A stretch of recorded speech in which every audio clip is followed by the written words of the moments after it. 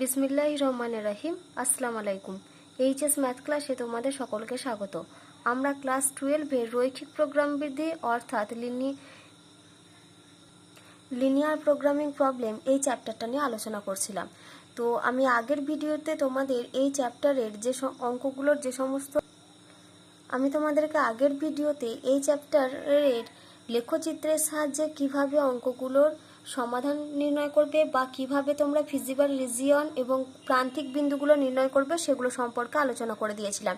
তো আজকে দেখো আমি তোমাদের 4-এর অঙ্ক থেকে করাচ্ছি। এটা হচ্ছে সংক্ষিপ্ত 4-এর দাগের অঙ্ক। কি দেওয়া আছে দেখো, নিচের রৈখিক প্রোগ্রামবিধি সমস্যার কার্যকরী অঞ্চলের প্রান্তিক বিন্দুগুলি নির্ণয় করো। তো কি দেওয়া আছে এখানে দেখো যে জেড সমান এক্সকে চরম করো যখন বাধা গোষ্ঠী হয় 3x + 2y > 12, 2x + 3y > 13, x > 0, y > 0। তো এখানে আমাদের যে অবজেক্টিভ ফাংশন জেড, সেই জেড সমান কি দেওয়া আছে, শুধুমাত্র এখানে এক দেওয়া আছে x। আমরা কি জানি যে জেড এর মানটা হয় আমাদের একটা রৈখিক সমীকরণ। তো এখানে সেটা কি দেওয়া আছে, শুধুমাত্র x দেওয়া আছে। জেড এর মানটাকে আমাদেরকে কি করতে হবে না, চরম করতে হবে, অর্থাৎ ম্যাক্সিমাম ভ্যালু বের করতে হবে। তো আমাদের এখানে বাধা গোষ্ঠীগুলো দেখো দেওয়া আছে। এটা হচ্ছে আমাদের 4-এর দাগের প্রশ্নতে আমাদের এখানে কি কি বের করতে হবে না, কার্যকরী অঞ্চলটা অর্থাৎ যে আমরা ফিজিবল রিজিয়নটা পাবো সেই অঞ্চলের প্রান্তিক বিন্দুগুলো অর্থাৎ কর্নার পয়েন্টগুলো আমাদেরকে নির্ণয় করতে হবে। এটা হচ্ছে 4 নম্বরের কোশ্চেন। এর সঙ্গে রিলেটেড হচ্ছে আমাদের 5 নম্বরের কোশ্চেনটা। 5 নম্বরের কোশ্চেন কি দিয়েছে দেখো, লেখচিত্রের সাহায্যে 4 নম্বর প্রশ্নের রৈখিক প্রোগ্রামবিধি সমস্যার প্রান্তিক সমাধান নির্ণয় করো। আর কি দেওয়া আছে না, জেড এর চরম মানও নির্ণয় করো। তাহলে এখান থেকে 5 নাম্বার কোশ্চেনটাতে কি বের করতে হবে না, আমাদের যেটা ওগুলো অপটিমাল সলিউশন অর্থাৎ আমাদের যেগুলো সমাধান, প্রান্তিক সমাধান,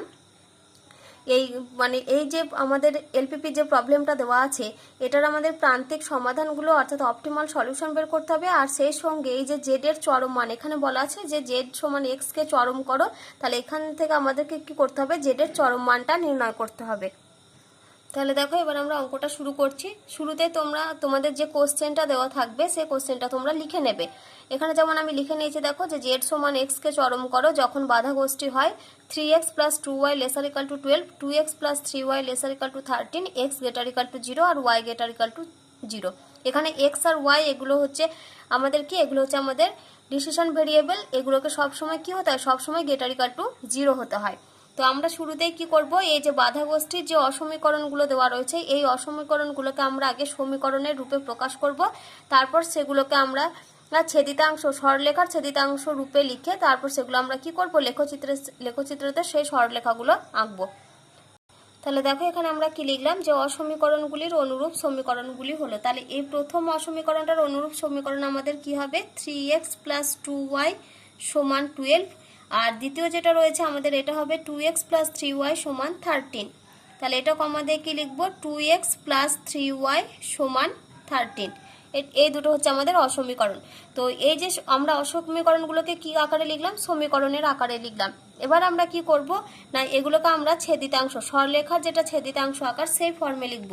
তাহলে আমরা কি করব এটাকে, যে 3x/12 + 2y/12 এটা সমান হবে আমাদের 1। তাহলে ইমপ্লাইজ দ্যাট এখান থেকে আমরা পাচ্ছি x/4 + y/6 = 1। তাহলে এটা আমাদের সরলরেখা ছেদিতাংশের আকারে চলে এসেছে। তাহলে দেখো আমরা এখান থেকে কি বলতে পারি যে এটা x অক্ষকে 4,0 বিন্দুতে আর y অক্ষকে 0,6 বিন্দুতে ছেদ করবে।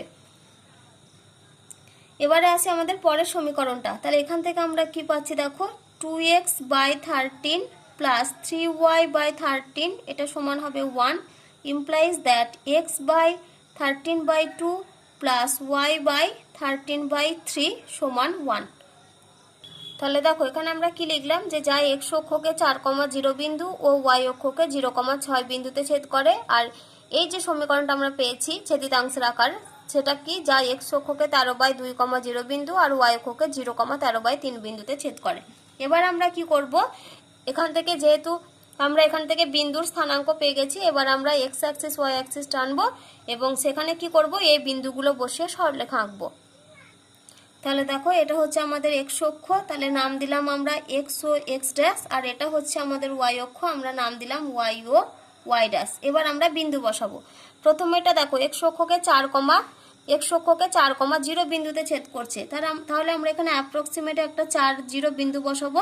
তাহলে ধরো 1 2 3 4 এরকম একটা বিন্দু, যার স্থানাঙ্কটা হচ্ছে আমরা এখানে নাম দিয়ে দিলাম এ দিয়ে 4,0। তারপরটা দেখো ওয়াই অক্ষকে 0,6, তাহলে 6 বিন্দু নেব। তাহলে 1 2 3 4 5 6 এরকম আমরা ধরো বিন্দুটার এখানে নাম দিলাম বি, যার স্থানাঙ্ক হচ্ছে 0,6। এবার আমরা কি করব, এ আর বি এই দুটো বিন্দুকে আমরা যোগ করব। তাহলে এই দুটো বিন্দুকে আমরা যোগ করে দিই, এ আর বি বিন্দুকে। তাহলে দেখো আমরা এ আর বি বিন্দুকে যোগ করে দিলাম। তাহলে এই যে আমরা এ বি এই যে সরলরেখাটা আমরা পেলাম, এটা আমাদের কোন সরলরেখা, না এটা হচ্ছে আমাদের 3x + 2y = 12 সরলরেখাটা। তাহলে আমরা এখানে পাশে লিখে দিই এটা 3x + 2y = 12 এই সরলরেখাটা। তারপরে দেখো আমাদের এটা x অক্ষকে কত 13/2,0 বিন্দুতে, তো 13/2 মানে হচ্ছে 6 পয়েন্ট সামথিং। তো এখানে যদি 4 হয় তাহলে এখানে ধরো 5 6, এবার 6 পয়েন্ট সামথিং মানে ধরো এরকম একটা পজিশনে আসবে। তো এটার নাম দিলাম আমরা সি বিন্দু, যার স্থানাঙ্ক হচ্ছে 13/2,0। আর এটা দেখো 0, এবার আমরা এই বিন্দুটা নেব 0,13/3। তো 13/3 মানে হচ্ছে আমাদের 4 পয়েন্ট সামথিং। তো এখানে দেখো 1 2 3 4, এবার 4 পয়েন্ট সামথিং মানে ধরো এরকম একটা জায়গাতে আসবে। তো এটা নাম দিয়েছি সি, আমরা এই বিন্দুটার নাম দিলাম, এই বিন্দুটার নাম দিচ্ছি আমরা ডি, যার স্থানাঙ্ক হচ্ছে 0,13/3। এবার আমরা কি করব, সি আর ডি এই দুটো বিন্দুকে যোগ করে সরলরেখা টানবো। তাহলে সি আর ডি বিন্দু আমরা যোগ করে দিই। তাহলে এটা হচ্ছে আমাদের ডি বিন্দু আর এটা হচ্ছে আমাদের সি বিন্দু। দেখো আমরা যোগ করে দিয়েছি। তাহলে আমরা এই সরলরেখাটা আমরা পেলাম, এই সরলরেখাটার দিকে একটু বাড়িয়ে দিই, এই সরলরেখাটার দিকে বাড়িয়ে দিলাম। তাহলে এটা আমাদের কোন সরলরেখার সমীকরণ, না 2x + 3y = 13। তাহলে এই সরলরেখাটার সমীকরণ হচ্ছে 2x + 3y = 13। এই সরলরেখাটা আমরা পেলাম। তাহলে দেখো এই দুটো সরলরেখা আমাদের একটা বিন্দুতে ছেদ করেছে, আমরা এই ছেদ বিন্দুটার নাম দিলাম পি। তো আমরা পি বিন্দুটার স্থানাঙ্ক কি করে বের করব, না এই যে দুটো সমীকরণ রয়েছে এই দুটো সমীকরণকে সমাধান করে আমরা এক্স আর ওয়াই এর যে মানটা পাবো সেটাই হচ্ছে আমাদের পি বিন্দুর স্থানাঙ্ক। তো তোমরা এই দুটোকে সমাধান যে কোনো নিয়মে করতে পারো, যদি মনে করো অপনয়নে করবে সেভাবেও করতে পারো, বা যদি ভাবো প্রতিস্থাপন পদ্ধতিতে করবে সেভাবেও করতে পারো। তো আমি এক্ষেত্রে অঙ্কটা তোমাদেরকে অপনয়নে সমাধান করে সাইডে এক্স আর ওয়াই এর মানটা বের করে নিচ্ছি।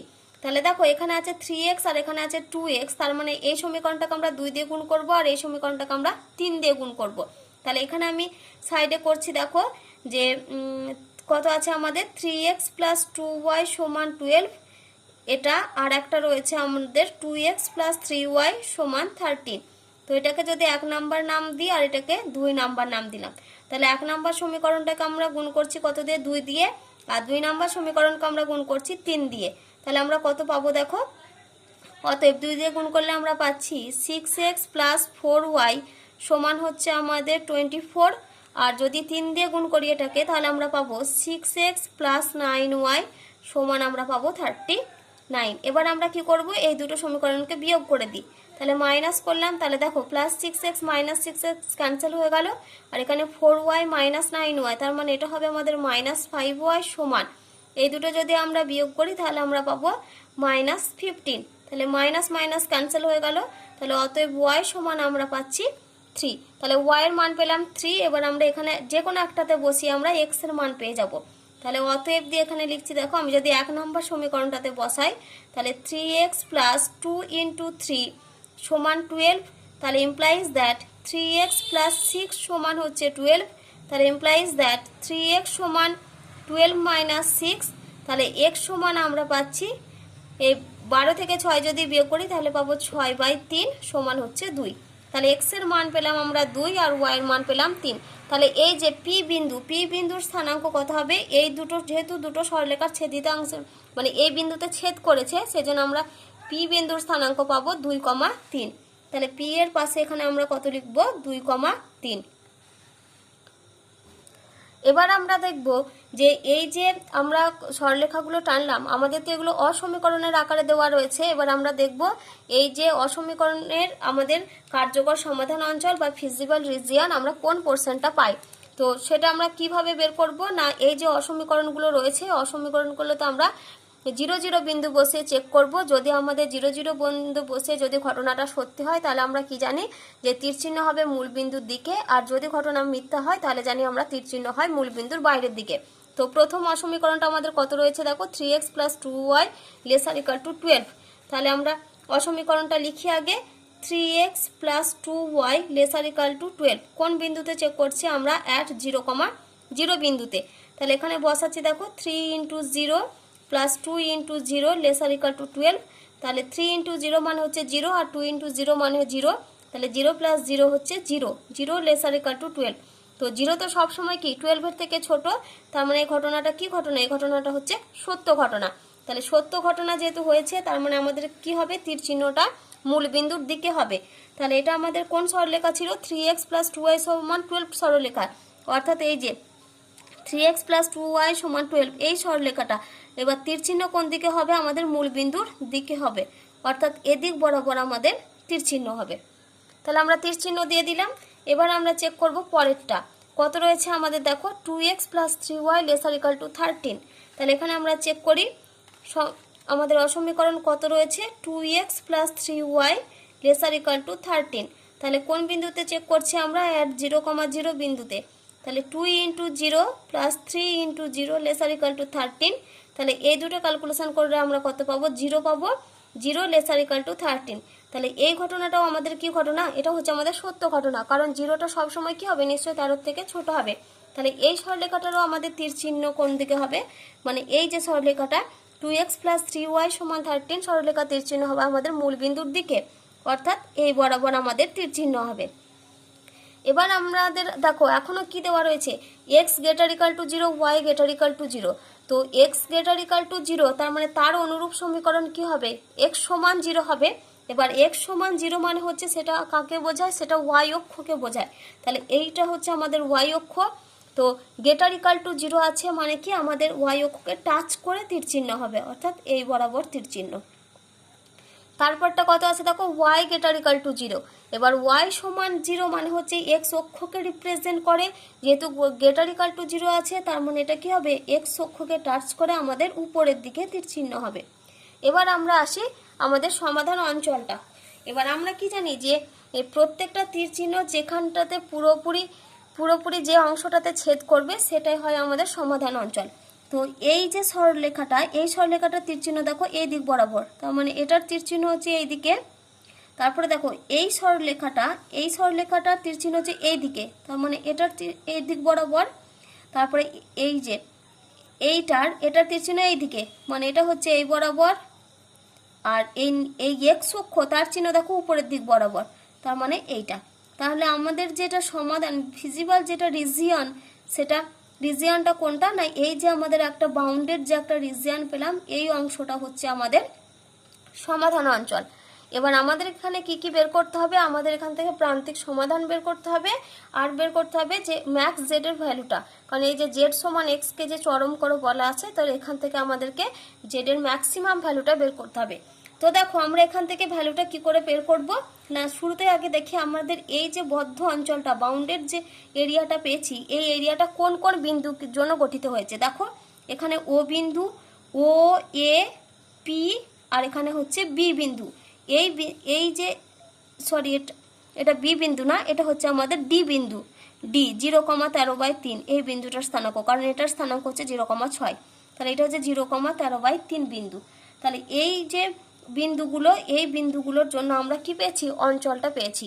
তো এক্ষেত্রে আমাদের প্রান্তিক বিন্দুগুলো, যেটা আমাদের প্রথম কোশ্চেন ছিল যে প্রান্তিক বিন্দুগুলো, তা প্রান্তিক বিন্দু কোনগুলো না, প্রান্তিক বিন্দু হচ্ছে এই যে বিন্দুগুলোর জন্য আমরা কি এই যে বাউন্ডারি পোর্শন যে অঞ্চলটা পেয়েছি সেটাই হচ্ছে আমাদের প্রান্তিক বিন্দু। তো এক্ষেত্রে প্রান্তিক বিন্দু হচ্ছে ও, এ, পি, আর এখানে হচ্ছে ডি। আর এই বিন্দুর স্থানাঙ্কগুলো হচ্ছে আমাদের কি না, প্রান্তিক বিন্দুর স্থানাঙ্ক। আর আমাদের এখানে সমাধান কার্যকরী সমাধান অঞ্চল কোনটা না, ও, এ, পি, আর এখানে হচ্ছে ডি। তাহলে শুরুতেই আগে আমরা কি লিখব, যে কার্যকরী অঞ্চল লিখব, তারপরে আমরা কি লিখব, প্রান্তিক বিন্দুগুলোর স্থানাঙ্ক লিখব। তাহলে দেখো এখানে আমরা কি লিখছি, যে অতএব কি পেলাম আমরা, যে সুতরাং কার্যকর অঞ্চলটি হলো, বা অতএব কার্যকর অঞ্চলটি হলো বলেও লিখতে পারো। সুতরাং কার্যকর অঞ্চলটি হলো কি আমরা পেয়েছিলাম ও এ, তারপরে ছিল আমাদের ও এ পি ডি,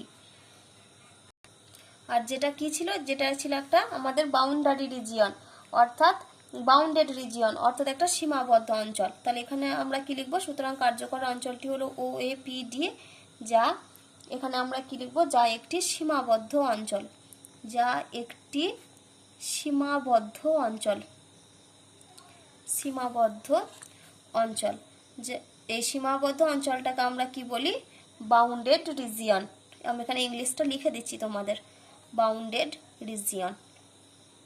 এবার আমাদেরকে কি বের করতে হবে না, প্রান্তিক বিন্দুগুলির স্থানাঙ্ক বের করতে হবে।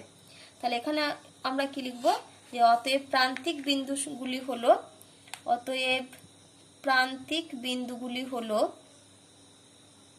প্রান্তিক বিন্দু যে যার ইংলিশ টার্ম হচ্ছে আমাদের কর্নার পয়েন্ট। আমি ব্র্যাকেটে ইংলিশটা লিখে দিই, কর্নার পয়েন্ট। তাহলে প্রান্তিক বিন্দুগুলি হলো কোন কোন বিন্দু না, শুরুতে আসবে ও বিন্দু যার স্থানাঙ্ক হচ্ছে 0,0, তারপরে নেব আমরা এ বিন্দুর স্থানাঙ্ক, এ বিন্দু যার স্থানাঙ্ক ছিল আমাদের 4,0, তারপরে ছিল পি বিন্দু যেটা আমরা সমাধান করে পেয়েছিলাম, সেটার স্থানাঙ্ক ছিল 2,3, আর ডি বিন্দু যার স্থানাঙ্ক ছিল আমাদের 0,13/3। এবার আমাদেরকে কি বের করতে হবে না, জেড সমান যে এক্স, যে আমাদের অবজেক্টিভ ফাংশনটা ছিল, ওই অবজেক্টিভ ফাংশনটার আমাদের চরম মান নির্ণয় করতে হবে। তাহলে দেখো, চরম মান বের করার জন্য আমাদেরকে কি করতে হবে, একটা টেবিল বানাতে হবে। যে টেবিলটার একটা প্রান্তে কি থাকবে, একটা প্রান্তে থাকবে আমাদের প্রান্তিক বিন্দুগুলো, আর একটা প্রান্তে আমরা যেখানে জেড এর মান বের করব। তো জেডটাকে আমরা কি বলি, অবজেক্টিভ ফাংশন বা বিষয়াত্মক অপেক্ষক। আর এখানে আমরা কি লিখছি, আমি এটা ভাষাতেই লিখে দিচ্ছি, বিষয়াত্মক অপেক্ষক জেড এর মান, অপেক্ষক জেড এর মান। তো এক্ষেত্রে আমাদের জেড যে অবজেক্টিভ ফাংশনটা, সেটা জেড সমান আমাদের কত দেওয়া ছিল, জেড সমান দেওয়া ছিল আমাদের এক্স। তাহলে এটা হচ্ছে আমাদের এই যে এই টেবিলটা, এই টেবিলে আমরা কি করব, এবার মানগুলো বের করব।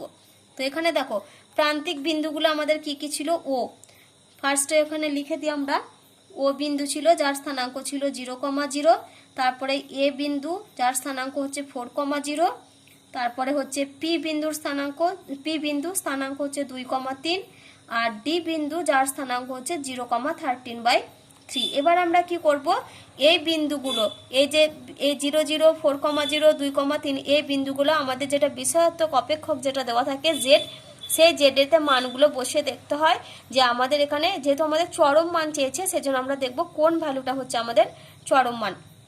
তো দেখো যদি 0,0 বসাই, তো এখানে শুধুই মাত্র এক্স আছে, তার মানে ভ্যালু হবে আমাদের 0। তারপর দেখো এ 4,0, তো এখানে তো ওয়াই নেই, তার মানে শুধু আমরা এক্স এর মানটা বসাবো, তাহলে এখানে হবে 4। তারপরে দেখো এখানে পি 2,3 বসালে এর মানটা আসবে, জেড এর মান আসবে 2।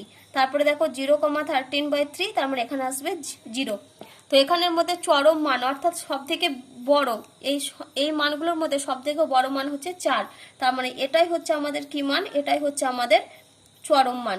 তাহলে এই চরম মানকে আমরা কি দিয়ে লিখতে পারি, ক্যাপিটাল এম দিয়ে লিখতে পারি। আর যদি আমাদের অবম মান বের করতে হয়, তখন সেটাকে আমরা স্মল এম দিয়ে লিখি। তাহলে এখানে দেখো আমাদের শেষে যেটা, এগুলো হচ্ছে আমাদের প্রান্তিক বিন্দু বা কর্নার পয়েন্ট। এবার আমাদের যেটা পরের যেটা কোশ্চেন ছিল আমাদের, মানে 5 নাম্বার কোশ্চেনে কি চেয়েছে না, আমাদের এখানে এই জেড এর চরম মান চেয়েছে, আর আমাদের চেয়েছিল অপটিমাল সলিউশন, অর্থাৎ কোন মানের জন্য আমাদের জেড এর মানটা চরম এসেছে। যে মানের জন্য জেড এর মানটা চরম আসবে সেটাই হচ্ছে আমাদের অপটিমাল সলিউশন বা হচ্ছে প্রান্তিক সমাধান। আর যদি আমাদের অবম মান বের করতে বলে, তাহলে যে মানের জন্য আমাদের জেড এর মানটা অবম আসবে সেটা হবে অবম মানের ক্ষেত্রে মানে অপটিমাল সলিউশন। তাহলে এখানে আমরা কি লিখব, যে যেহেতু প্রান্তিক বিন্দুগুলির মধ্যে, যেহেতু প্রান্তিক বিন্দুগুলির মধ্যে কোন বিন্দুতে আমরা দেখো সর্বোচ্চ মান পেয়েছি, এ বিন্দু যার স্থানাঙ্ক হচ্ছে 4,0। তাহলে এ যে ব্র্যাকেটে লিখছি 4,0 বিন্দুতে জেড এর মান চরম হয়, জেড এর মান চরম হয়। তাহলে সুতরাং প্রান্তিক বিন্দুর প্রান্তিক সমাধান বা অপটিমাল সলিউশন, সুতরাং প্রান্তিক সমাধান যার ইংলিশ টার্মটা আমি এখানে লিখে দিচ্ছি কি না, অপটিমাল সলিউশন। তাহলে অপটিমাল সলিউশন কত হবে, এই যে এ হচ্ছে 4,0, তার মানে এখানে এক্স এর মান হচ্ছে 4, তাহলে এক্স সমান হচ্ছে সমাধান কত না এক্স সমান 4 আর ওয়াই সমান হচ্ছে 0। আর আমাদের জেড এর চরম মান চেয়েছিল, তাহলে আর জেড এর চরম মান কত, জেড এর চরম মান হচ্ছে 4 এবং জেড এর চরম মান 4, জেড এর চরম মান 4, এটাই হচ্ছে আনসার। এবারে দেখো আমরা 9 অঙ্ক করব। কি দেওয়া আছে, যে ধরা যাক রৈখিক প্রোগ্রাম বিধি সমস্যাটি হলো চরম জেড সমান 2x + 3y, শর্ত সাপেক্ষে 3x - y lesser equal to -3, x - 2y greater equal to 2 এবং x greater equal to 0, y greater equal to 0।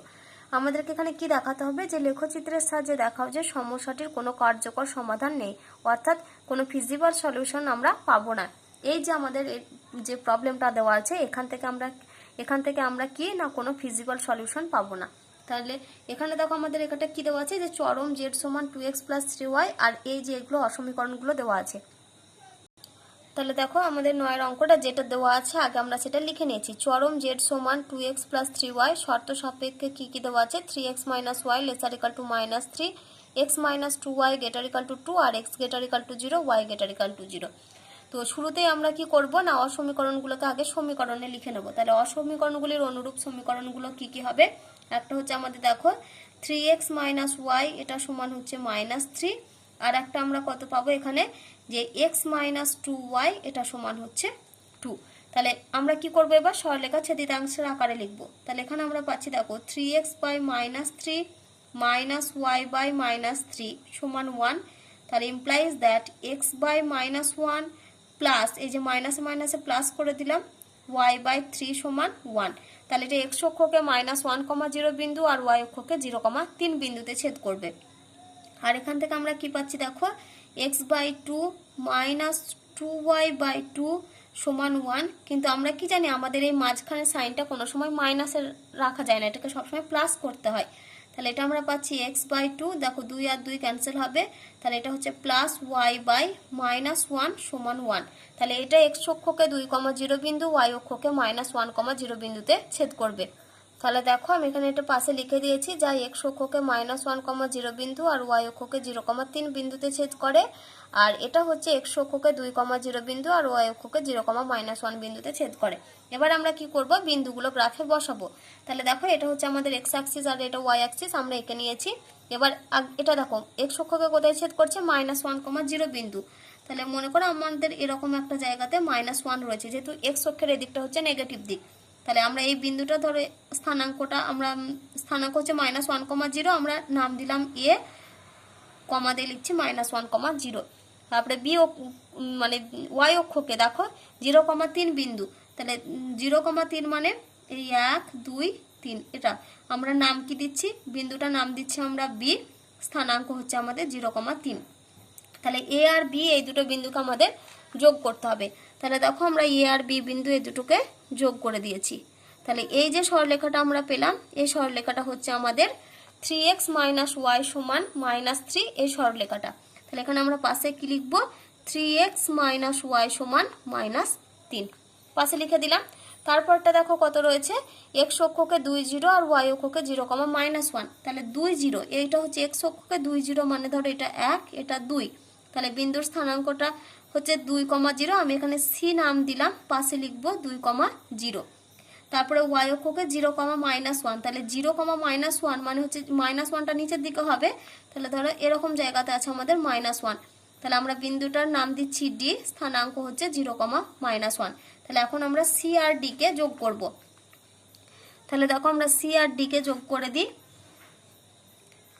তাহলে দেখো আমরা c আর d বিন্দুকে যদি যোগ করি তাহলে আমরা কি রকম পাবো, এই যে এটা আমাদের c আর d বিন্দু আমরা যোগ করে দিলাম। এটা হচ্ছে আমাদের কোন সরলরেখা না x - 2y সমান 2 সরলরেখা। তাহলে এটা হচ্ছে আমাদের x - 2y সমান 2। এবার দেখো আমাদের তো এই সরলরেখাটাকে আরেকটু বাড়িয়ে দিই, কারণ এই সরলরেখাটা আমাদের আরেকটু বাড়াতে হবে। তাহলে এটা ছিল 3x - y সমান 3 সরলরেখাটা, আমি এই সরলরেখাটাকে এই প্রান্তে আরেকটু বাড়িয়ে দিলাম।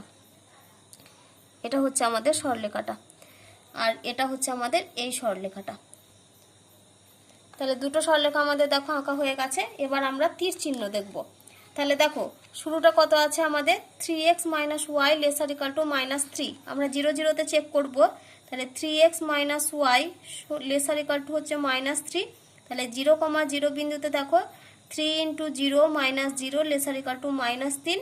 তার মানে 0 লেসার ইকাল টু -3। তাহলে 0টা হচ্ছে কি -3-এর থেকে ছোট। 0 তো সবসময় মাইনাস, তাহলে 0 কি -3-এর থেকে ছোট? 0 তো কোনো সময় -3-এর থেকে ছোট নয়। তাহলে 0টা হচ্ছে -3-এর থেকে বড়। তার মানে এই ঘটনাটা কি? এই ঘটনাটা হচ্ছে সত্য নয়। তাহলে সত্য নয় যদি ঘটনা ঘটে তাহলে আমাদের তীর চিহ্ন কোন দিকে হবে? মূল বিন্দুর বাইরের দিকে।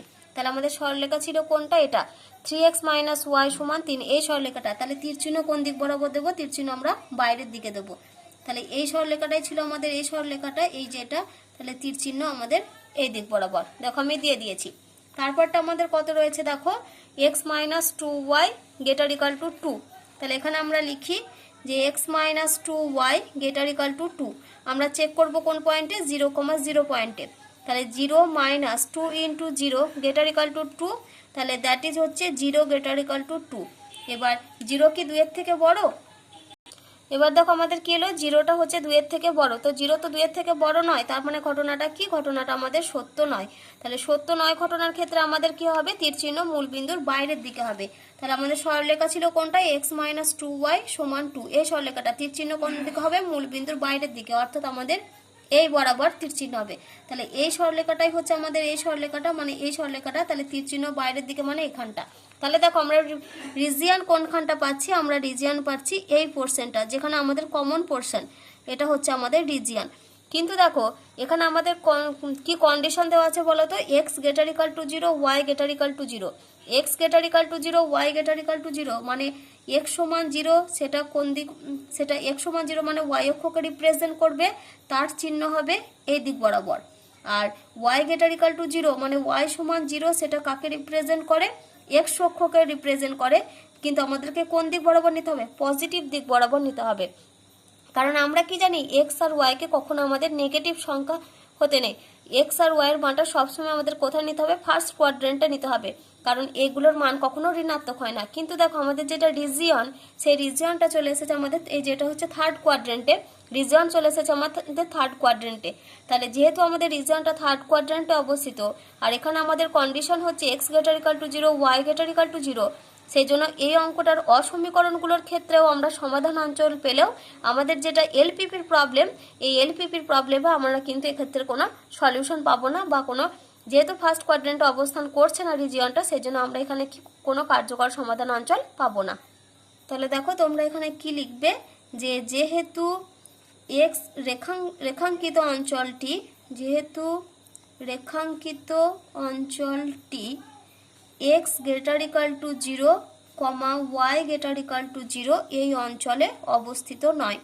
অর্থাৎ কোথায় অবস্থিত নয়? না ফার্স্ট কোয়াড্রেন্টে অবস্থিত নয়, অঞ্চলে অবস্থিত নয়। সুতরাং প্রোগ্রাম বিধিটির কোনো কার্যকর অঞ্চল নেই। সুতরাং প্রোগ্রাম বিধির কোনো কার্যকর অঞ্চল নেই।